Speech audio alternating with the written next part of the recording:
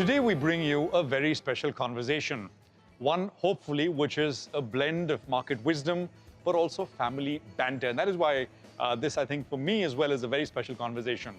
My guests, one has built an investing institution, which I don't think needs any introduction. I'm talking about Raamdeo Agrawal. Joining him today for this interview is his son, Vaibhav Agrawal, who is the CIO for the AIF and the PMS businesses at Motilal Oswal. Gentlemen, both of you, thank you very much for being part of this program. Thank you. I mean, this is very new and I would say very good experience for me to bring Vaibhav along with me. New and old. Yes. Not old. Mazak karo na dejiye. No. I mean, we are fully out there. This is best is ahead.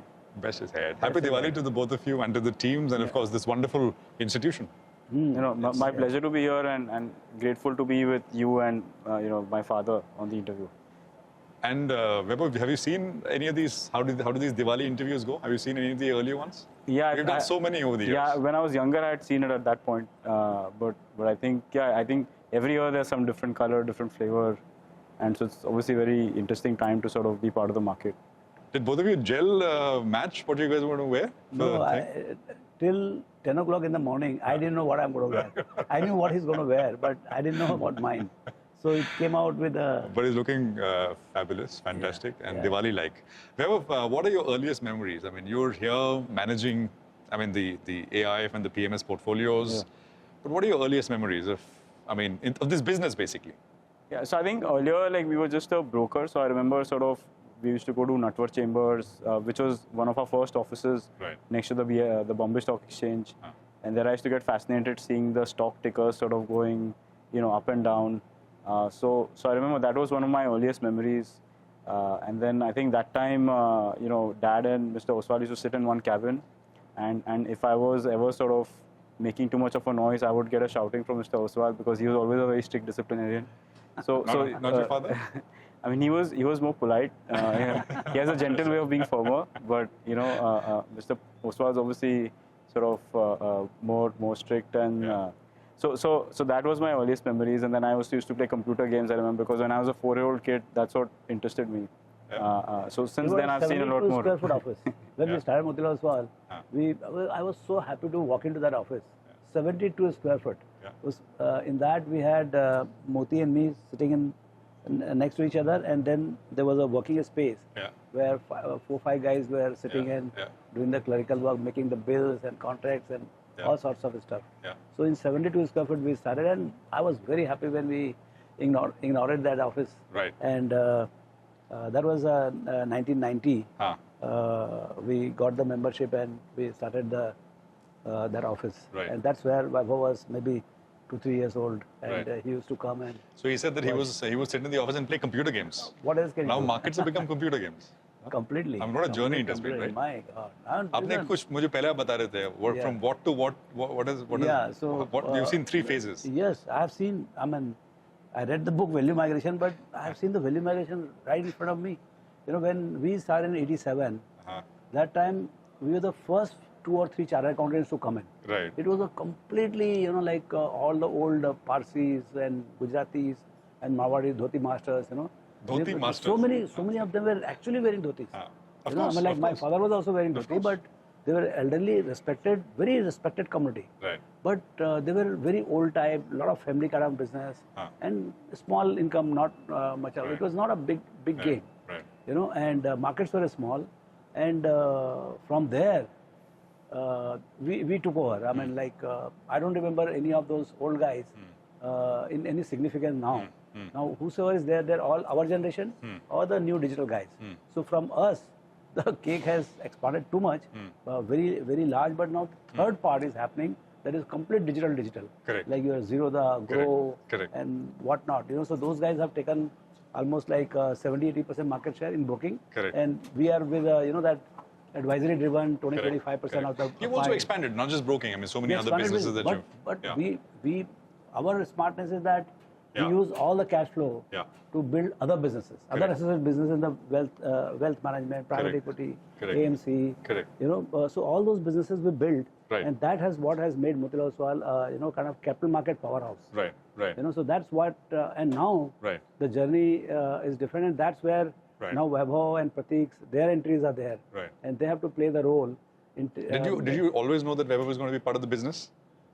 It is his call, but I told him right in the beginning, ये business पागलों की बस्ती है. You know, you have to be passionate about this is when he was how old? No, like whenever he started understanding, I was very clear. He has to have a free hand in what he wants to become. Right. He wants to become Bollywood star, or he wants to become cricketer, or boss, it is your call what you want to become. Right. You'll get the share certificate of the company for sure. So don't worry, you'll not be poor, but pursue what you love, yeah. And when did you realize, Vaibhav, that you want to be in this business? That's investment management. Yeah, so I had gone for my undergrad to the US, Right. so I was studying computer science at that time. Right. And then I started taking some courses in finance as well. Okay. And that's when I think, I was able to sort of understand that more deeply. I think maybe it came naturally or whatever. And even over the summer when I used to come, I used to do... Before going to, you went to UPenn. Yeah. And then you went to London Business School. I went to London Business School for my MBA. For your MBA later. Yeah, But did you think you'd do something in computer science, IT, technology at one stage, or no? I had that feeling. So that's why I was studying engineering. But then when I came over the summers, I realized that sort of equity markets, investing, that's kind of something that I was gravitating towards. Okay. So the second half of my time in my undergrad, I sort of focused more on coming back to investing. Yeah. And so I think mostly when I was about 20 years old, I figured that I want to be in part of the equity markets. Yeah. How's it been coming back here?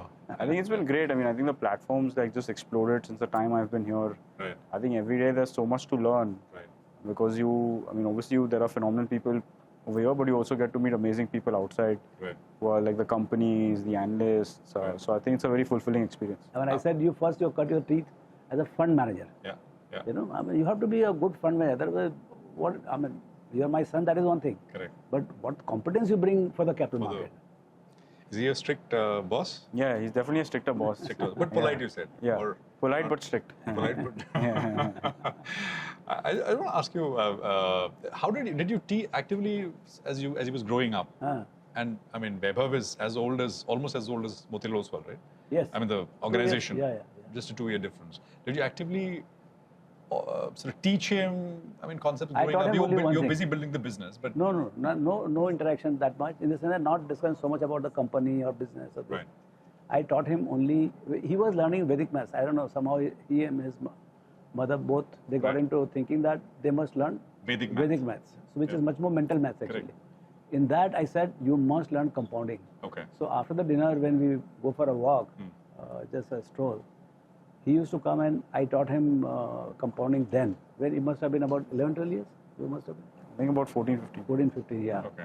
So now he can do faster compounding than me. So that is the only thing I have taught. Rest all. Otherwise, I mean, growing up in a house like so this, I mean, you pick up through osmosis, right? I mean, you pick up a lot of stuff, absorb a lot of stuff, which you don't even realize, but it's there. Yeah. I think it's just organically. I mean, if someone discusses the markets or the companies. Yeah. So I think it more formally started maybe like when I was in 11th and 12th grade. Okay. I think that is when then he started telling me about value investing. That time his focus was more about Benjamin Graham and value style and a little bit of Warren Buffett. But I think his own style evolved over a period of time. So that's when we moved from purely value investing to growth investing. So Prashant, why don't we go and sit and have a cup of tea and we'll continue the discussion. Yeah.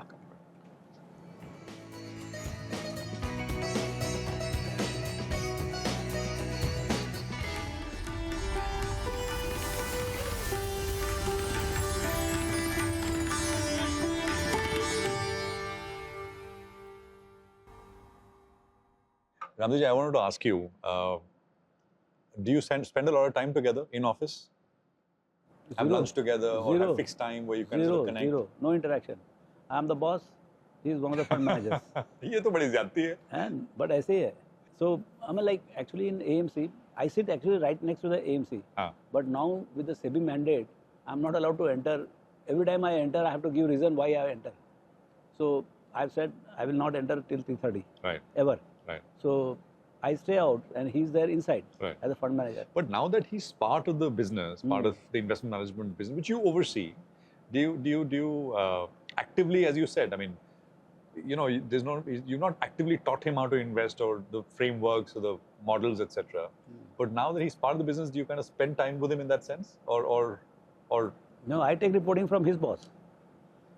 His boss is Pratik Agrawal and his boss is Navin Agrawal. So I talk to all of them. I mean, of course, I talk to him and Niket, who is another CIO for the fund MF.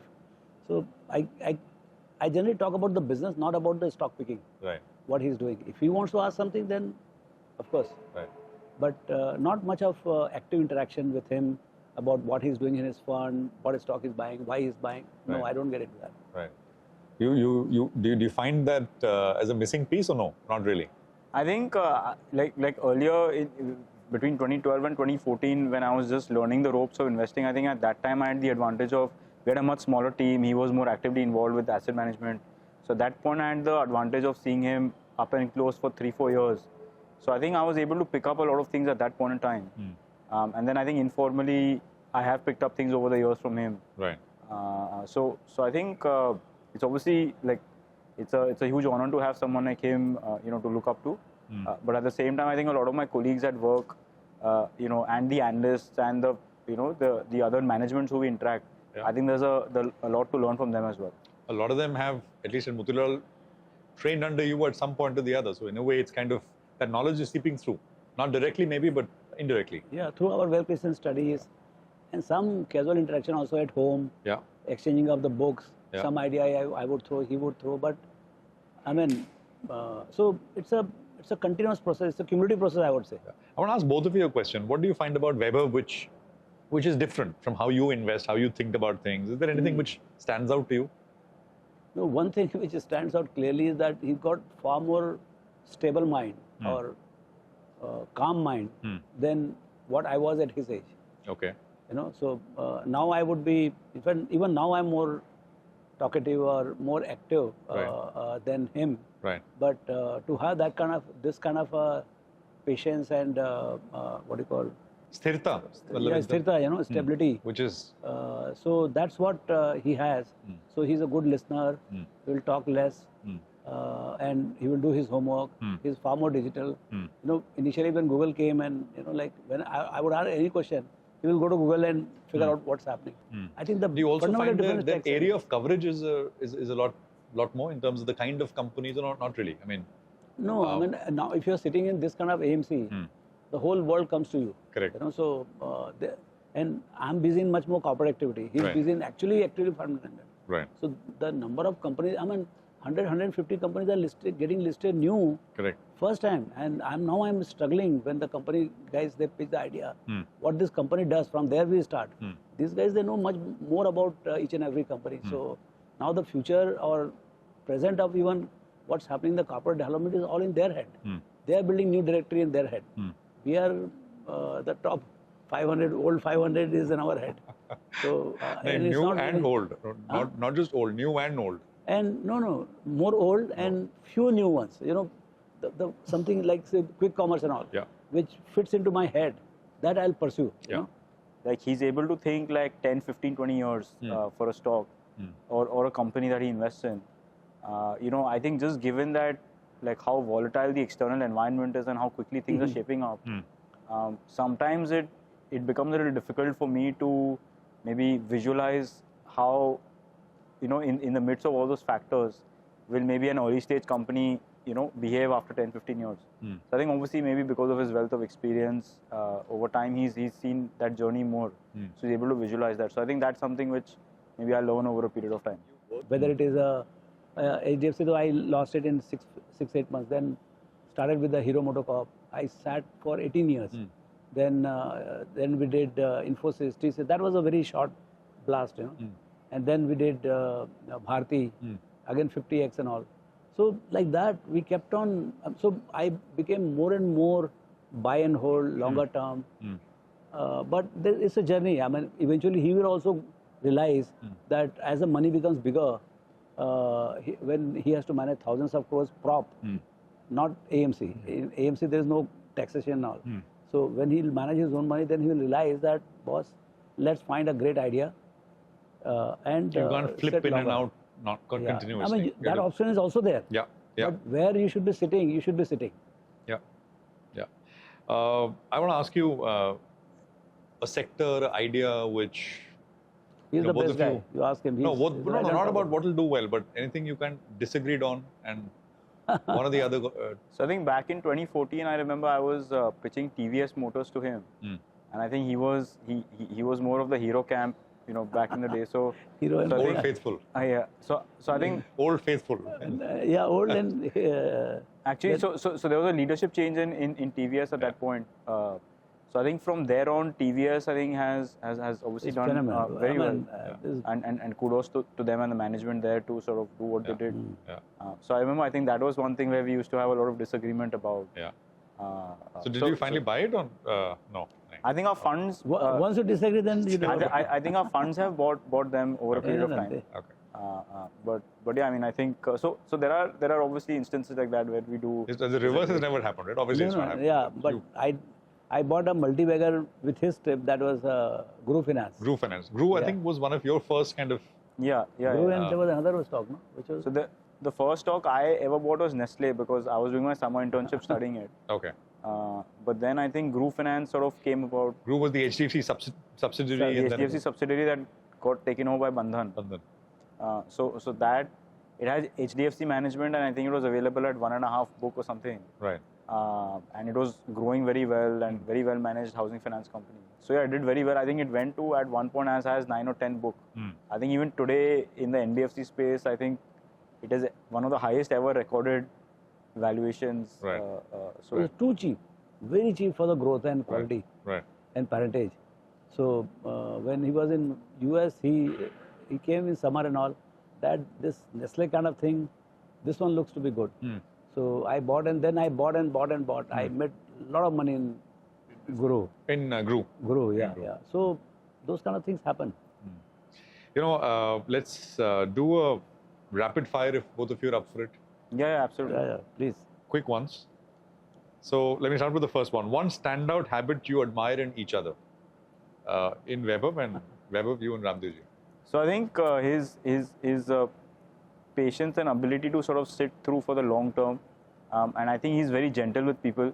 He has a way of interacting with people which makes them very receptive to him, which I don't find in many people. So I think that's what I think. If I had to name one, and I've said this before, is his curiosity.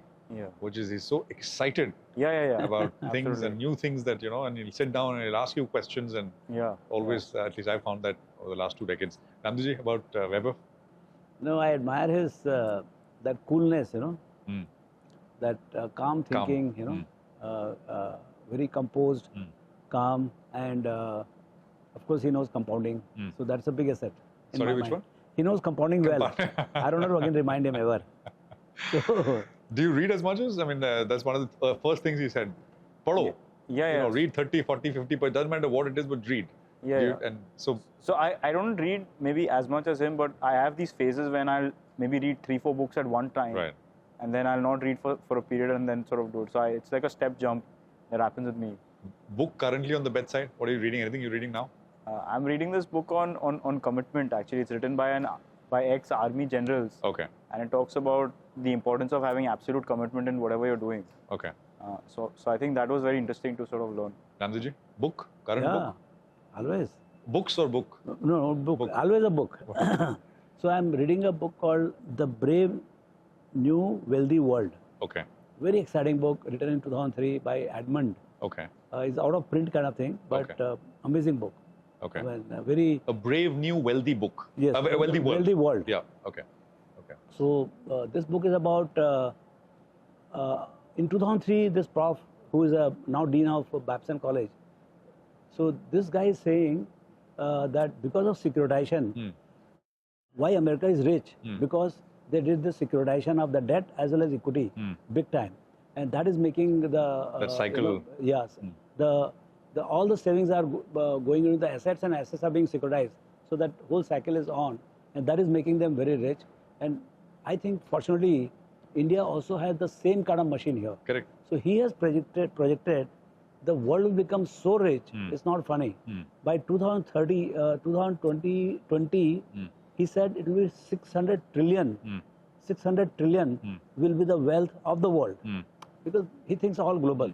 and by 2050 it will be 6,000 trillion. Wow. Okay. Wow. So now we have the benefit of seeing what he said in 2003 and what has happened in 2025. Directionally, he's perfect. Okay, but the quantum is somewhat. I mean, he's say 5 years behind. What would happen in 2030? What would happen in 2020, as per him, will happen in 2030 or maybe 2028. Got it. But directionally, bang on. Very exciting book. Weber, one stock you wish you bought, you had bought. There are quite a few. But I wish one you think bought, you kind of sort of maybe you didn't buy it for X reason, Y reason, but you really liked it at that point. And said, well, Raamdeo, you want to answer till then? Till Vaibhav thinks? It is. I had a lot of fun with a lot of stocks. What I felt like I bought. One of the regret for me is that between 2006 and 2013, sorry, 2004 and 2013, 9 years, including the GFC boom, it had gone into our head that the corporate should not buy stocks in their, treasury. So 9 years I didn't buy stocks. Wow. Out of the cash flow. That has made us so poor is not funny. My balance sheet would have been at least double at this point of time. But that does not show up in your. It doesn't show up. It's an error of omission. In regular accounting. An error of omission. If there was a biopic on Raamdeo ji, which is possible going into the future, who you think is best fit to play him? Hold your breath. Yeah, I think Paresh Rawal would sort of fit that role. I think because that's a nice one. Maybe because of his optics and also his ability to be both serious and hilarious at the same time. Yeah. I think he would represent him quite well. A resolution for the new Samvat, anything? Nothing in particular, but because of this book I'm reading, so I would like to take some of the ideas from there and maybe become more aggressive, a little more aggressive, or maybe some new business ideas will germinate. Definitely will give birth to some strategic change in my thinking about capital market and about the company. About Motilal Oswal, the business itself. Yeah. Vaibhav? No, I think yeah, just become a better investor and focus on getting maximum returns for clients. I think that would be the resolution. I thank both of you for joining me here on this Samvat special. Wishing you guys, your families, your teams very happy Diwali. Thank you very much. Thank you and happy Diwali to you. Happy Diwali to you and your entire CNBC viewers all over the country. They admire CNBC.